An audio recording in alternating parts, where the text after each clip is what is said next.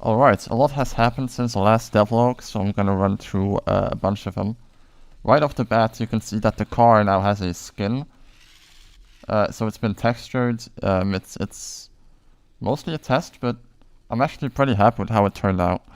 In the previous devlog, when you did a stunt, the car would try to stay upright by applying forces. I completely removed that in favor of being able to control the car yourself when you're in the air. So let me demonstrate. So you now control the car yourself. You can do tricks this way. But the tricks are currently a bit bugged. They don't show the correct trick. But it's whatever, it's not a big deal. Some other new stuff is that there is now a lap counter, and checkpoints actually work together with a start-finish line. So the finish line is right over here. It's what you see when you start the race. And it also has a little light, which changes when the race starts. So if I restart the map, then you can see that there's a race countdown. And for every step of the race countdown, the camera changes.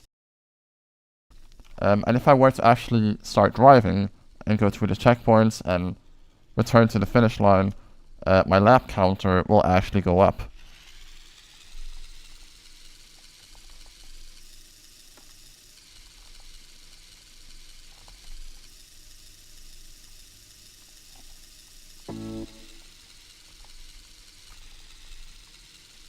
Okay, so I'm about to finish a lap, right?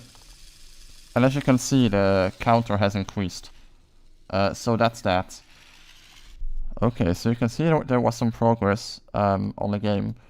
But where does that leave me, right? The thing is, a lot of stuff is working. So, you saw the race countdown, the tracking of laps, the tricks. All of that works, but it's not refined.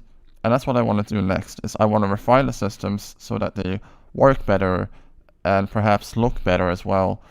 For example, now, when you do tricks, because of a change, it reports the wrong trick, and it's not very reliable. So I want to work on that. The race system works, but there's no limit to how many laps you have to do. There is no tracking of your position, so I also want to refine that as well. There are a bunch of new features I want to add to the cars, but before I do that, I really need to clean up the code a bit. Because if I'm going to add new systems to the car itself, and I'm working in still code that has a lot of comments and things that could be cleaned up a bit, I think it's going to be easier to add new stuff when the car itself is, the code of the car itself is more readable. Because as you can see right now, it's a bit of a mess, which is fine. I messed around with a lot of different ideas, and then you kind of get code like this where you try one thing and it doesn't really work, so you try something else. But now I think is a good time to decide to clean it up a little bit before I start adding new stuff. There are a bunch of features I want to work on, but I'm trying not to get ahead of myself, because what I already have is good and it works, but it's not refined enough yet, and I want to work on that. So next update should be some refining of the existing systems, and perhaps one new feature. There's also something else I wanted to show, which is that there is now a menu. However, the menu doesn't have any buttons, and really it was just an excuse for me to draw a pedestal and add some music. But I felt like the game needed some sort of opening, or I at least needed to start with something. So this is what that is.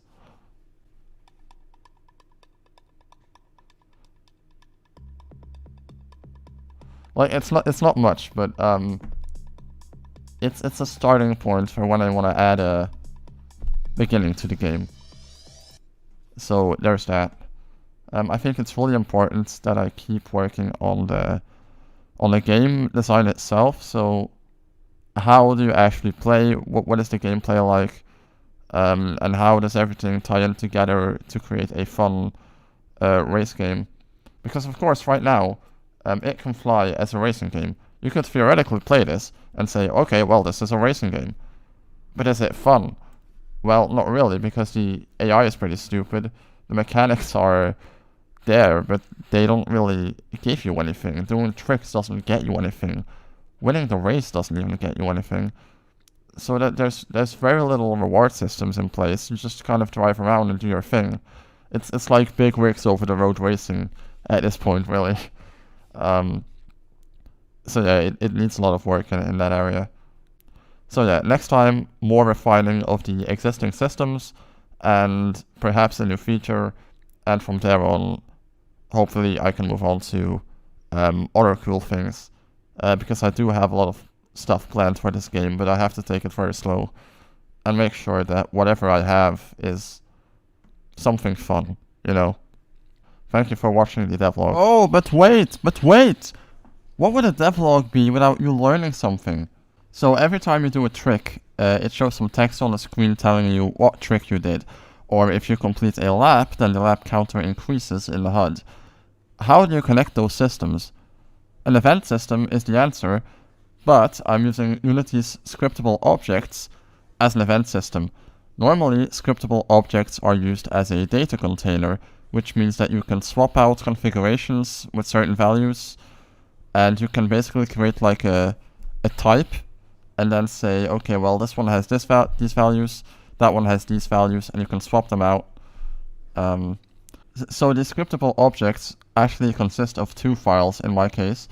One is the source, which is actually the definition of your scriptable object. But wait, what is a scriptable object?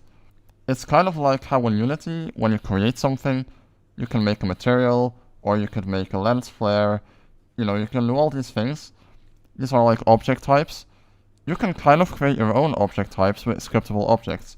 To create a scriptable object, you simply make a class that inherits from scriptable object, which is a built-in Unity class, and make sure that you annotate it with create asset menu, so that when we go into the Unity editor itself, we can right-click, go to create, and you can see here that I have vehicle event and race event, which are not Unity objects, but are rather my own type, which I have created using scriptable objects. So like I said, normally scriptable objects are used as data containers, which means that you could make something like a car configuration and say, have some different parameters for the cars, and then you can just make different car configurations and attach them to different cars. That is like the original purpose, but you can also use them as an event system. And this is a really great way of connecting your HUD, for example, with your car, or making other separate modules in your game connected with one another. So the way it works as an event system is you have a typical observer pattern where you keep track of the listeners, and you will then have methods which, when you execute them, will send out that event to all of the listeners, and you will also have an interface for the listeners themselves, which will tell them what methods are going to be called when the event occurs. So if you look at it in a different way, this is the calling side, so people who want to emit the event need to use these methods, which are part of the class, and the ones that are listening to the event will receive it through their listener. So if you look at the listener interface, you can see a bunch of voids, and these are the things that are going to get called when you are interested in when an event occurs. Okay, wait, so you've created the definition for your scriptable object like this, but you also need to make an actual instance of the scriptable object by creating an asset with the type that you just made. So aside from the source, I have an actual single, in the case of my event system, I have an actual single race event, which is not the source, but this is actually what I get when I do create a race event. This does not actually have any properties, but I can attach it to other scripts. So if I look at, for example, the race start, then the race start has a race event property. And if we look in the code of the race start, then you can see that we actually accept a race event type here as well. So the asset that we created, not the source, but the actual race event itself that we made through the create menu, we can assign it to the script through this property here. And what we can do then is we can emit events through this property, or we can receive them as well by implementing the raise event listener and on enable registering ourselves as a listener to raise events. So now you have a way of emitting and receiving these events. And this is a great way to connect, for example, when you drive over the finish line, to make some text pop up, say race complete. It's a very easy way to do it, and it really, I think the key takeaway is that it completely separates the two different logics, because HUD is completely separated now from how your game actually functions. Your game does not have to know that there is a finish line. You don't have to attach a finish line to your HUD. That's not how it works. You just attach a race event, and that becomes the channel to which your HUD knows what is going on in the race. So I really love this way of using scriptable objects. The way I see them, it's kind of like a global event system, but it's not truly global because you can decide which objects tap into this channel and which don't. And I just think it's great.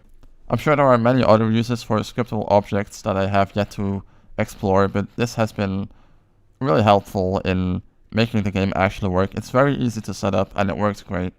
The great thing is also that it's pure C# code, so the calling of events is very fast because it's C# code talking to C# code. There is no marshalling happening with the underlying Unity code. So it's just great. Thank you for watching the devlog. I'll see you later.